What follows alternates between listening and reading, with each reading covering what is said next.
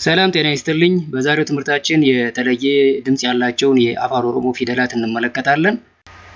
ከዚህ በፊት ስለ ቁቤሌ አፋን ኦሮሞ በምንነጋገርበት ጊዜ የአፋን ኦሮሞ እና የእንግሊዝኛ ፊደላት በቅርጽ አንድ አይነት እንደሆኑ በድምጽ እንደሚዛመዱ፣ ነገር ግን የተወሰኑ ፊደላት በእንግሊዝኛ ካላቸው ድምጽ የተለየ የድምጽ ውክልና ያላቸው ፊደላት በአፋን ኦሮሞ እንዳሉ ነግሬያችሁ ነበር። ዛሬ እነሱን በዝርዝር እንመለከታለን።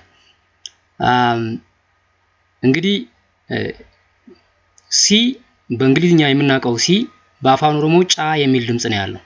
እንግዲህ በእንግሊዝኛ ሲ የካ ወይ የኤስ ድምጽ አለው። ለምሳሌ ፒስ እና ካት የሚሉትን የእንግሊዝኛ ቃላት ብትወስዱ መጨረሻ ላይ ያለው PEACE በሚለው ቃል ውስጥ ላስት ኮንሶናንቱ የፒስ ሲ ነው።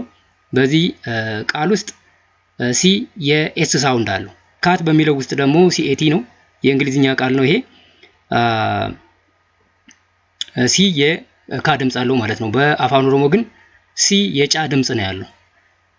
ሁለተኛ የተለየ ድምጽ ያለው ኪው ነው። ኪው በእንግሊዝኛ እንግዲህ የካ ድምጽ ነው ያለው። ካ ለምሳሌ ኳሊቲ፣ ኮስችን በሚሉት ቃላት ውስጥ የእንግሊዝኛ ቃላት ውስጥ ኪው የካ ድምጽ አለው። በአፋን ኦሮሞ ግን ኪው ቃ ተብሎ ነው የሚነበበው፣ የቃ ድምጽ ነው ያለው ማለት ነው። ሶስተኛው የተለየ ድምጽ ያለው ኤክስ ነው። እንግዲህ በእንግሊዝኛ ኤክስ በአፋን ኦሮሞ የጣ ድምጽ ነው ያለው።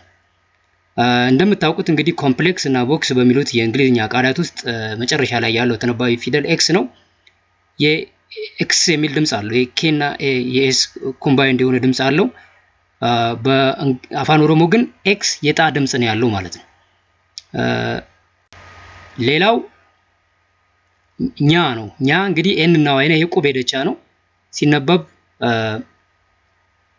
ኤን ዋይ ኛ ተብሎ ነው የሚነበበው። በእንግሊዝኛ የሌለ ድምጽ ነው፣ ግን ኤንን እና ዋይን በአንድ ላይ በማጣመር የተፈጠረ ቁቤ ደቻ ነው። በአፋን ኦሮሞ በብዛት አገልግሎት የሚሰጥ ድምጽ ነው። ኤን ዋይ ኛ ተብሎ ነው የሚነበበው በአፋን ኦሮሞ ማለት ነው።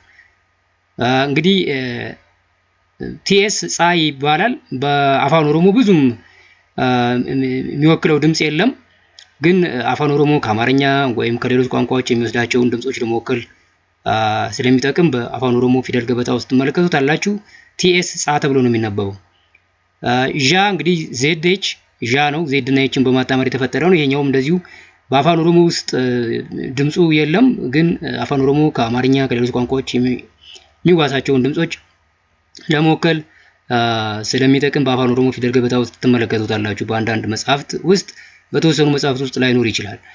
ስለዚህ ዜድ ኤች ዣ ነው ማለት ነው። ሌላኛው ፒኤች ፒ እና ኤችን በማጣመር የተፈጠረ ቁቤ ደቻ ነው። ሲነበብ በአፋን ኦሮሞ ጳ ተብሎ ነው የሚነበበው። ጳ ነው። ፒኤች የጳ ድምጽ ነው ያለው። ይሄ በጣም መጠንቀቅ የሚያስፈልገው እንግዲህ ባክግራውንድ እውቀታችን የእንግሊዝኛ ስለሚሆን አዳልት ትልቅ ሰው አፋን ኦሮሞ በሚማርበት ጊዜ የሚጀምረው ከእንግሊዝኛው ስለሚሆን ፒኤች በእንግሊዝኛ የኤፍ ሳውንድ ነው ያለው። ለምሳሌ ፎን የሚለው የእንግሊዝኛ ቃል ፎን ሲጻፍ PHONE ነው። ስለዚህ አፋን ኦሮሞ ብቻ የሚያውቅ ሰው ይሄንን አንብብ ብትሉት ፖኒ ብሎ ነው የሚያነበው ማለት ነው። ስለዚህ PH በአፋን ኦሮሞ የጳ ድምጽ ነው ያለው፣ እንደ እንግሊዝኛው የኤፍ ድምጽ የለውም ማለት ነው። ሌላው ጣ ነው። ጣ እንግዲህ ዲን እና ኤችን ወይም ዳን እና ሃን በማጣመር የተፈጠረ ቁቤ ደቻ ነው። እንግዲህ በአማርኛ የለም፣ ድምጹ የለም። ድምጹ ስለሌለ በአማርኛ ፊደል ገበታ ውስጥ ጣን የሚወክል ፊደል አልተቀረጸለትም ማለት ነው።